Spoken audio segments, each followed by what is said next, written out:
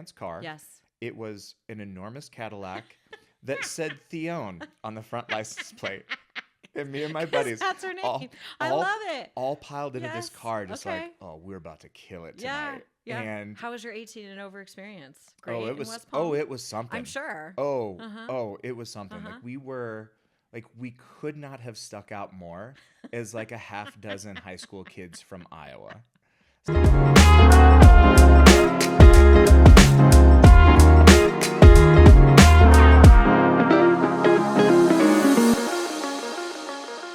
Welcome to this week's episode of Teaching Keating. Oh, that was very intense. Was it? Okay. I mean, I don't know. It was pseudo-intense. Well, I was trying not to be so goofy, but then I maybe went a little bit too low. It's okay. I think you went full goofy. Oh, okay. I'm fine with it. Okay. Happy March. Happy spring break. Happy spring break. Yeah. We're going to talk about a lot of awesome stuff today, but primarily traveling with your kids. Yes. Yes. Because it's something we've learned.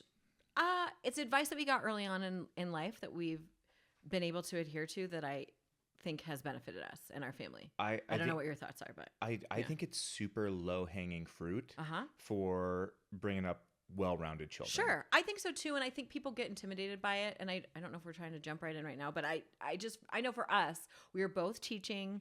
We had summers off. We didn't have a ton of money. Yes. And then we only started because when you were on the road, we'd like bank your points and that sort of stuff, but also we weren't getting tons of family time. And so it kind of started of like, we've got to carve out some time together with the kids and use all these points.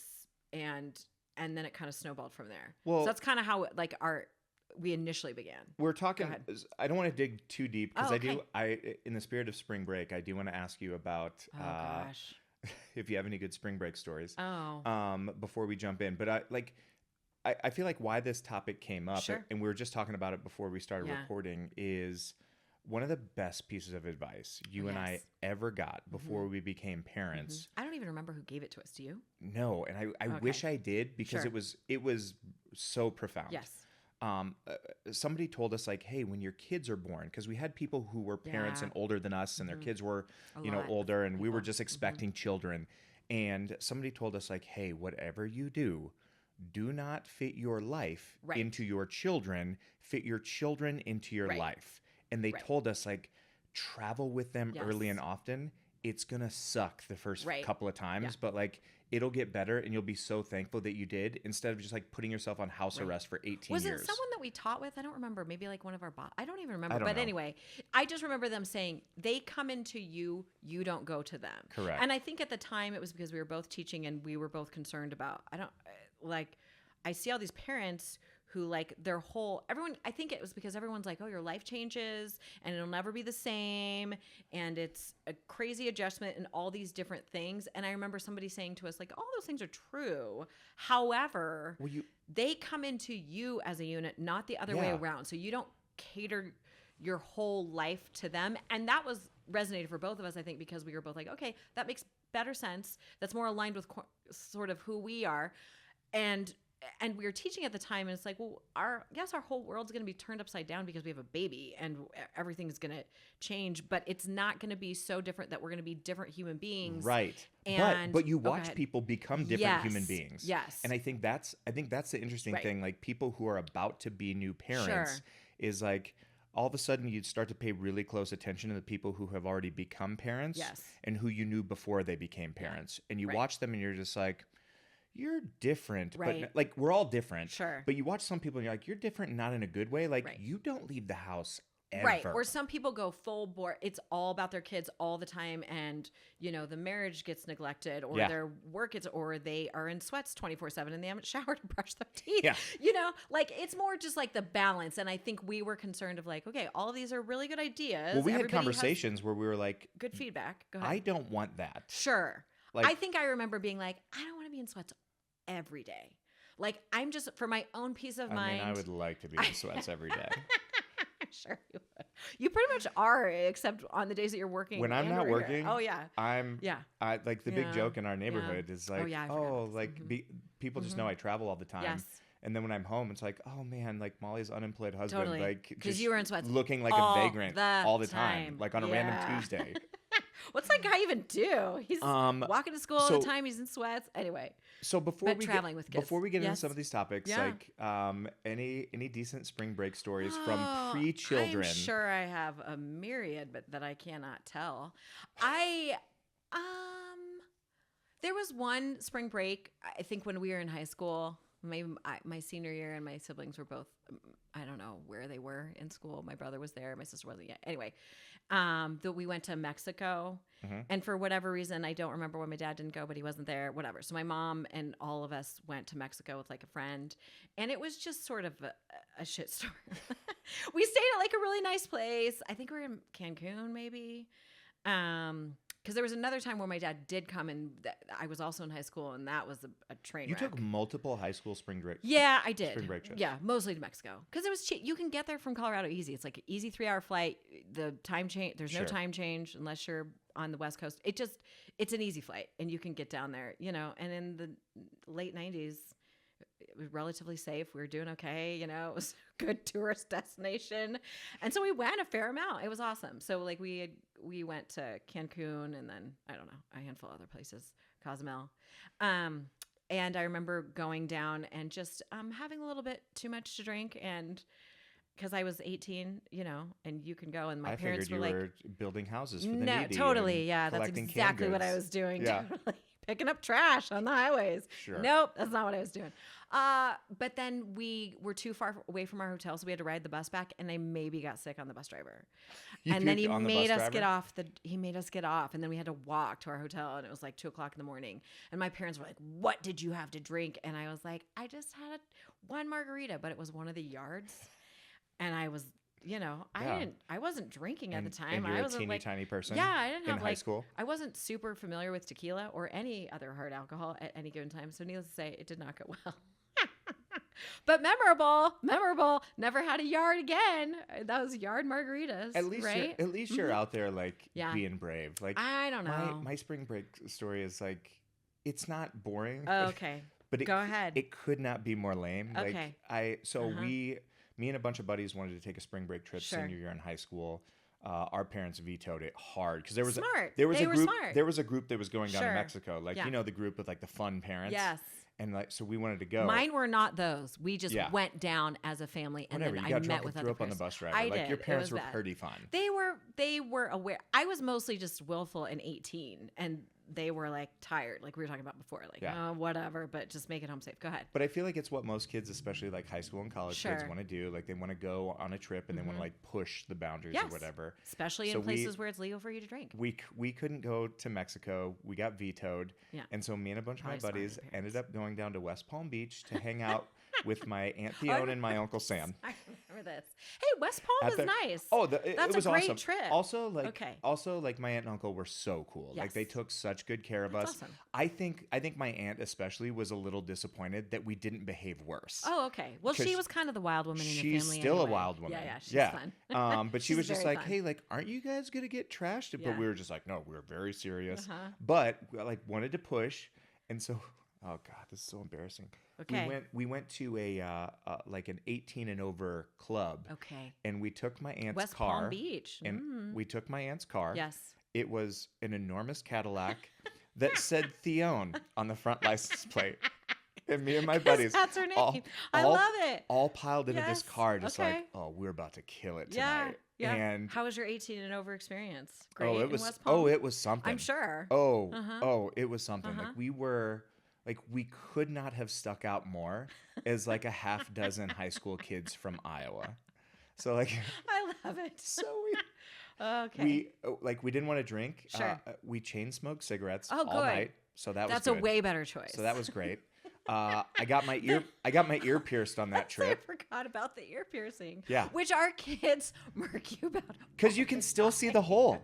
You can still see it. It's because in the late 90s it was very cool, but you only got one. Because you didn't do both. No, I wasn't going to do both. Yeah. I got one. My brother had both. Yeah. It was good. And later I went cartilage as well. Oh, good. Because I wanted to double down on that great decision. My buddy, we tried to go hit on girls in West Palm Beach. Did not go well. With your earring? With my brand new earring and all kinds of confidence. This is a Oh, pretty good story. oh, it did not go well. Okay. Me and my buddy Mike were just good. like, saw this group of girls dancing. Yeah. They looked really pretty. And Mike was like, okay, yeah, let's go talk to these girls. Yes. Oh my God. Here's Mike's pickup line. We Okay. walk up to these girls. He looks at him and goes, hey, didn't we see you in the parking lot? And then they turned around and left. Good. They did.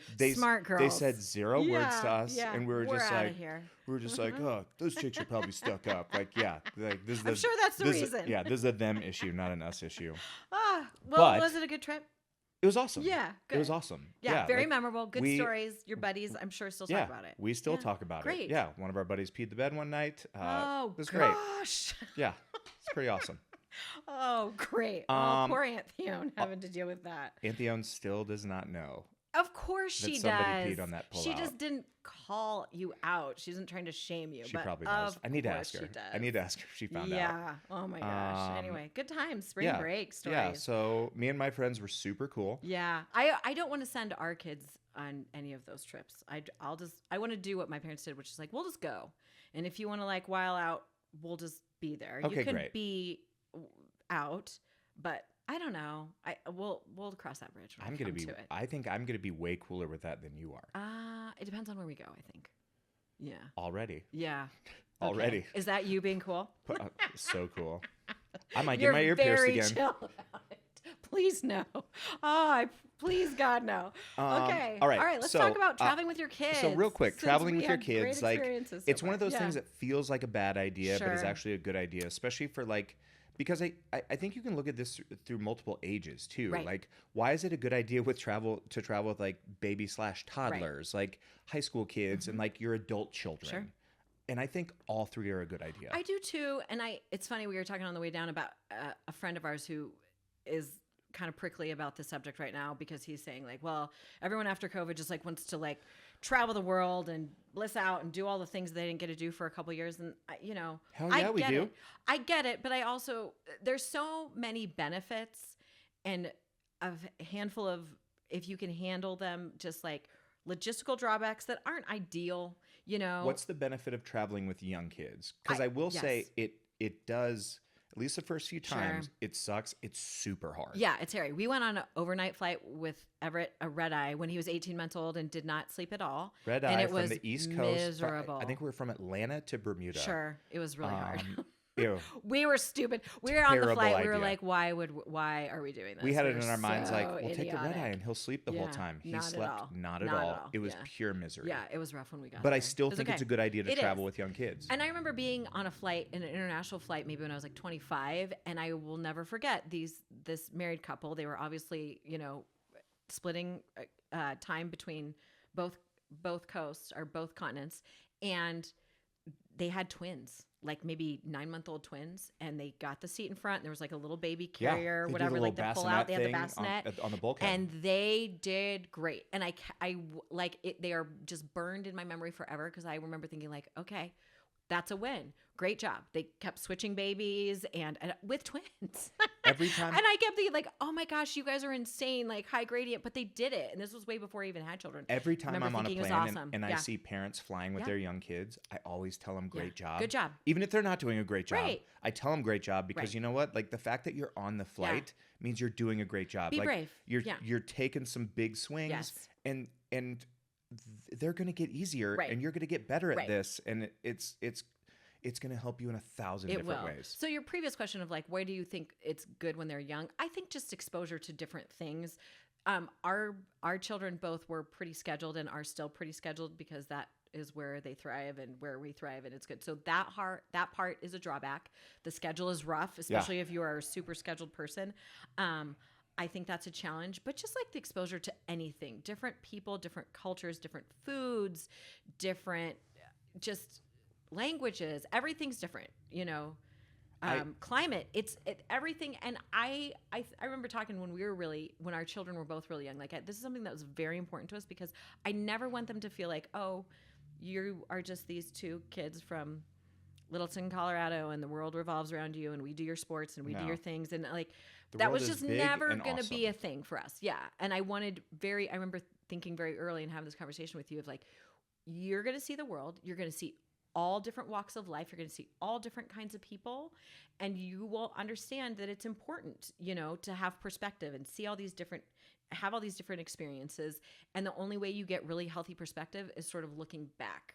I remember like at when you're in another place rather than in the vacuum of your own minutia of whatever you have going on in your life. It's just hard. It's hard good to have for kids to miss it. their home. It is. It's really good for them. It's good for them to be uncomfortable. And that's kids of all ages. Yes. Like I think it's really good for your kids to miss their house. Sure. To miss their home. To miss their people. And to be okay with like what they love about their home and see like what's great about other places. Totally. Really important perspective. What else? What about you?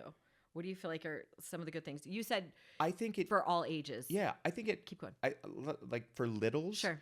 I think it teaches you how to be in different places. Yeah. Like not just different locations, but Sure. like, hey, you got to know how to act on a plane. Yes. You don't get to act the ass on the plane. Like there's really specific, we talked about this in one of the other podcasts, like norms that we all expect you to follow on a plane.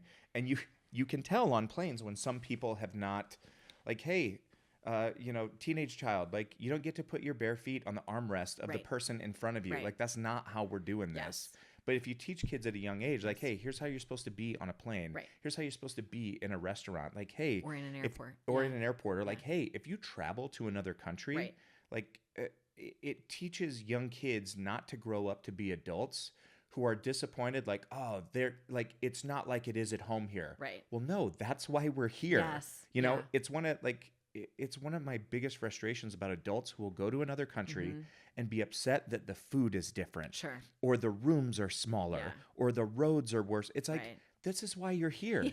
It's different. Welcome. And that's good the whole thing. point. That's why, so if you wanted all of these comforts that you have at home, then stay home. Right. Don't go to another person's country and complain that it's not like your home. Which we tend to, I mean, that's a giant critique of Americans, which we tend to do, which I don't it's know. A weird thing that we've seen a lot. We have seen it in our travels, and I think it's one of the things that we really tried to not do. Like one of the things we do, especially when we travel internationally, which we haven't traveled internationally a lot, but we make the kids dress differently. And that's a big one. And I remember when they were littler, they didn't care so much because I was picking out their clothes. Now they're like, what? Like, particularly in England, when they were like, why do we have to wear pants? Why can't we just wear our jeans and tennis shoes the whole time? I was like, well, you can wear jeans and tennis shoes, but you can't wear things with holes in them. And we're not wearing our hats backwards. And we're not wearing, all of our Nike, Adidas. Sharp wrapped herself around this a lot. Loved she was it. like, hey, if we're going to go to England and they dress jaunty, I'm going to dress jaunty. Yeah, she did. And she looks super jaunty. Yeah, she did. She looked cute. And Everett fell in. His is more of a comfort thing. Totally. Just like, don't make me wear something that's uncomfortable, which that is trickier to find for a certain age of boys, is like comfort. But whatever. It's easier when it's not winter. What do you think a lot of the common fears are that people have about traveling with their kids that sort of keeps them? So let's set aside. Let's acknowledge a hard truth, right? So like some of the things that we're talking about are financially difficult. Right. Like traveling with your family. I was going to hit that. Traveling with your family is really financially difficult. Right. But there's all kinds of things that you can do to expose your children to travel-like experiences. Right.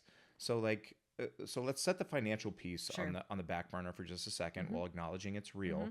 But it's like, okay, what are some of the fears people have that keep them from traveling with their kids? Well, I think just the ones that we had, which is like, oh, what if they misbehave? They're going to while out. Embarrassment is a huge fear. They're going to melt down. Yeah. What if they don't eat? And if they don't eat and they don't sleep, that's just going to be a punishment for us for however many, however long you're gone. So I think overcoming that, like the logistical things, which those are real concerns. I mean, we had them all the time, and we did the best that we could do in those moments to sort of mitigate a lot of those things. Like I never wanted them to get hungry. I brought like sleep masks. I feel like everywhere, we've gotten smarter as we've gotten older too. And also, so there are things you can do to mitigate. Like our kids have embarrassed us on trips. They're embarrassing. Yeah. Not in general, I'm not saying, but like, But like Charlotte got airsick on a plane one time, and as we're getting off the plane, everywhere threw up on the jetway, like where people are walking out. Like first off the plane, bleh, everywhere. Pretty horrifying experience. But things we've learned. But if you're going to travel with kids, like bring Dramamine. That shit's going to happen. It is. And so like she's gotten sick a lot, and we had to learn like, oh, she's super motion sick. Planes are bad, like she's gotten sick. She got sick on the way home from Hawaii. She got sick She gets sick. So you have to I bring think Dramamine. There's a lot of things you got to I think the mitigate. embarrassment and the workload Sure. are the two biggest things The workload. that keep people from Yeah. traveling with their kids. Right. Like, oh, it's going to be a ton of work. Yeah. But It is. it's similar to the work that you're putting in with them at home. Well, and I think things that, again, that we've learned is like so when they were babies, right? Like this is the same, we'd see people with like the strollers and the backpacks and the car seats and all the shit you have when you're Don't bring all diaper that bag. shit. And we're like, oh, we're not doing that. No. And I remember thinking like, okay, if he's under 2 or they're both under 2, I'll put him in the Bjorn or whatever I have. They can be on the lap. We're not bringing a stroller. Yeah. Okay. We didn't bring a stroller. Pro tips for traveling with kids. We just didn't bring a lot of the excess crap that you think you need, like I'm embarrassed that I'm saying this, but like we didn't bring a car seat. We should have brought a car seat, but we're traveling internationally, especially to Bermuda. We're not putting those cars. Oh, we had one. They had one for us. You can rent one. You from can rental rent car one, places. but we didn't bring one. No. So we purposely didn't bring one. We did get one. We weren't totally that reckless. No. I was like, did we get? We didn't. We put our baby in a car without a car seat. We didn't, but we did. They did have one there for us. We did not bring it. Bring as little of their stuff as possible. Yeah. Yeah. Because otherwise that Diapers, makes it a nightmare. Yeah. Food, things that if you, like formula, I don't know. And then at that juncture. And then I'll tell you this. So like we're yeah. talking babies and toddlers. Sure. As your kids get older, this is the biggest piece of advice I get. And a lot of ladies I've talked to hate this advice. Oh, okay. Carry on. Oh, yes. Do not check bags. Right. Everybody carries on, and everybody carries their weight. Well, we always do that. We always carry on from the second they could roll a bag. If you have kids who can roll a bag, they have a backpack and their own roller. Right. And everyone carries their own weight. Right. Carry your stuff on. Like, do not check bags. Right. It adds a wrinkle that you do not need. Right. Now, some people are just like, but I need to check a bag because I have all these shoes and my clothes. No, you don't. No, you don't. Just pack smart. I mean, we've gotten better with that too. Like the first time we went international, I don't know if we carried on or not. I think we did. I think we did. And I think we've learned we carried on in the winter to England and Scotland. We brought one bag with coats. Yeah. And that's the only thing we checked. We checked one bag and it was all of our coats and stuff. It. Yeah. But everything else we did. But everything else we carried on. Well, and when you're going to nicer places, tropical places, it's easier to pack, which I really appreciate. If you're taking a beach vacation and you're going to be there for 7, 8, 9 days and you're having to check a bag, you're doing it wrong. There's all sorts of methodologies. There's packing cubes and like you can Pinterest it and all these mix and matchy outfits. There's all these hot tips. What do they call them? Hacks, packing hacks, all these things that you can do, which people have gotten a lot smarter at, which is great. Here's one of the other reasons I think it's important to travel with your kids. Sure. I think it teaches kids and us, frankly, a lot of lessons about like adaptability and sort of like letting go when things don't go according to plan. Being flexible. Because it's one of the cool and difficult things about vacationing is like you go into a vacation with like an expectation about how great it's going to be, and there's going to be things that don't go according to plan, and everyone has to adapt. Right. I'm having trouble thinking of a time like when a thing didn't go according to plan and we had to adapt. Oh, I got one. Go ahead. Remember the place that we went to in South Carolina in Hilton Head? Yes. Yeah. Yeah. It was terrible. Yeah. Right? I rented us a place. It was an Airbnb, and it was awful. It was bad. And we all walked in, and it was just like ooh, a lot of people have had that experience where you walk into a place and you're like, this isn't what they sold us on the website. This is not what the pictures look like. And this is not it. It was bad. And it was bad. Yeah. But our experience wasn't bad. And we figured it out, and it was okay. Yeah. And we decided like, this place sucks. We'll figure it out. So we're going to make a really concerted effort to spend a lot of our not time be here. out and not be here. And it was fine. And we figured it out. I think that's a good lesson for kids. It is a good lesson. And we weren't there for and super for us. long time. It is for us. We're going to be really specific. Frankly. Be specific about your Airbnbs. Read the reviews. Well, yes. And I struggle more with expectations than you do. Right. I always set big. You do. When we watch Christmas Vacation. And they're laying in bed. Yeah. And she is talking to Clark. Yeah. Clark's wife is talking to him about like, setting the Sparky, expectations. you always set huge expectations that are impossible for us to live up to. When have I ever done that? Yeah. And then Christmas parties, she gives all the examples. birthdays. Yeah, like every that's you. That nothing resonates with me in that movie more. Yeah. Because I do like every time we take a trip, I have my expectation is going to be the best trip we've ever taken. I also think too, and maybe this is just too much information, but like I got to travel pretty early in my life, early for me, which is like 17. But it wasn't like glamorous or fabulous. Like I was staying in hostels in France, which in the late 90s, like I don't recommend that for anyone. Just a lot of perpetual urine smell everywhere you go. Like just know. I've never stayed in a hostel because everything I've heard sounds awful. Well, that's what I'm saying. Like, so you have high expectations, but you never stayed anywhere. Even as a really teenager, shitty. I was like, this sounds terrible. Yeah, but you didn't go international when Also you were true. a teenager. That made like it easier. I was international as a teenager, and I was like, oh, okay, I guess this is just what it is. Lots of backpackers, I mean, they were same-sex rooms, so that's helpful. But you were saying with strangers, thankfully I was in a room with someone I knew, and so it wasn't totally, but like shared bathrooms. It was was all parts of humanity really early on. And so, Gross. I mean, and we take really lovely vacations, but I was going to say too, like, we took trips with the kids that actually weren't vacations. So they've been to Alaska because you were working there. And we made it fun for them. But it wasn't like, oh, this isn't a vacation. No. This is just an experiential trip where we're going to do some like real geeky stuff and then we'll do some fun stuff. But mostly this is Dad's work. And just exposure to different parts of life. And I think that's one of the things you were talking about, like the financial piece is a lot. That's okay. You don't have to go internationally. No. You could travel to the West Coast. You could travel to the East Coast. You could travel to Pacific Northwest or go visit a restaurant somewhere around you that you wouldn't normally go to. Totally. Go have Indian food. There you go. If your kids have never had Indian food, go to an Indian restaurant. Right. You can experience things that are culturally different. Yes. And not have to break the bank. Sure. And but it is important for them just behaviorally. You talked about just like how to behave on planes or in different situations at in restaurants, at tables where the food is different and they don't just serve burgers and mac and cheese.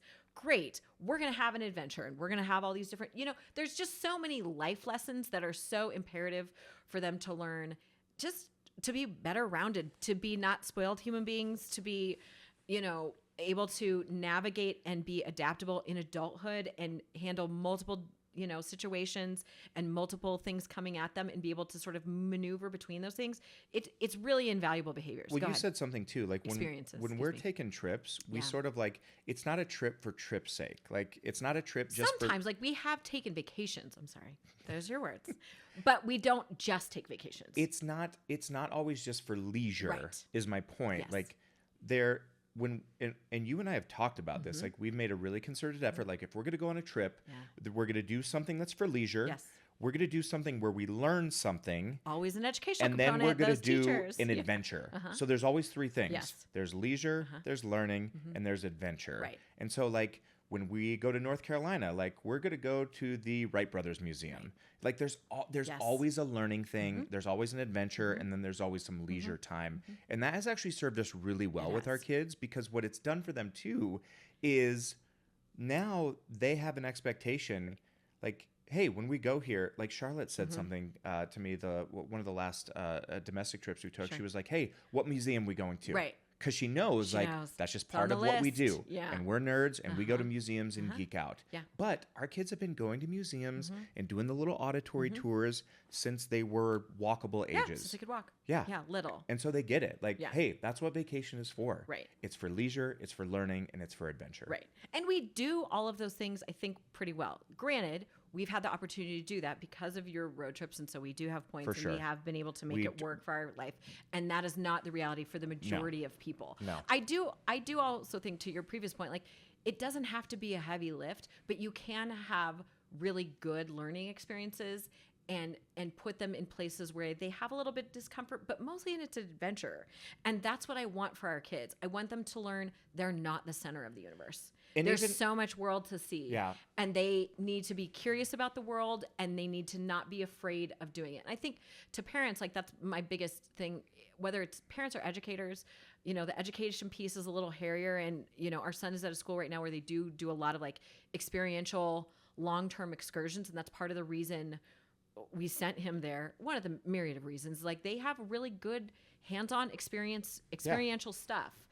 That is part of the curriculum, which I think is invaluable. And I think every kid should graduate from high school, shouldn't graduate from high school without having that experience. I realize that's a really big ask and not realistic for a lot of different places. However, if your kid has an opportunity, whether it's international, local, domestic, whatever, let them have that experience. It's something that's difficult for me. You were just talking about like, what do you think is going to be easier for them as they get older? And I have a hard time. I want to hold on and have these experiences. And at the same time, like, I know this is invaluable for them and they need to be able to like spread their wings a little bit and fly with us. It was invaluable for me at 17. I remember coming home. I'll never forget, like, coming home, getting off the plane and thinking like, oh, okay, everything's different now. And I don't know how to explain it to all my friends. That's such a good feeling. Who have yet to have this experience. And I pray that they all do because it's so valuable, but I don't know how to talk to them about it. I feel old. I feel really mature. I feel ready to go to college. I feel like I can handle anything, in this world, because I just have been able to flex a little bit and spread those wings. And 17 is a really formidable travel for teenagers. Yeah. Formidable time. Yes. It was really, you come back different than you left. I was so different. In a really good way. Yeah. And remember thinking like, ooh, I don't know how I'm going to explain this to everybody else. Things aren't the same. And if you can't travel over the spring break with your kids, right? If this is a financial issue, like set a goal for yourself. Like, hey, what are we going to do for leisure? What are we going to do for learning? And what are we going to do for adventure that's local? Like you can still scratch those itches. Yeah. Even if you can't travel. Final question, then we'll put a bow on it. Okay. Just a quick would you rather. Oh, gosh. Would you rather travel internationally with a toddler or chaperone a middle school dance? Go. Chaperone. Really? Yeah, there's a time limit.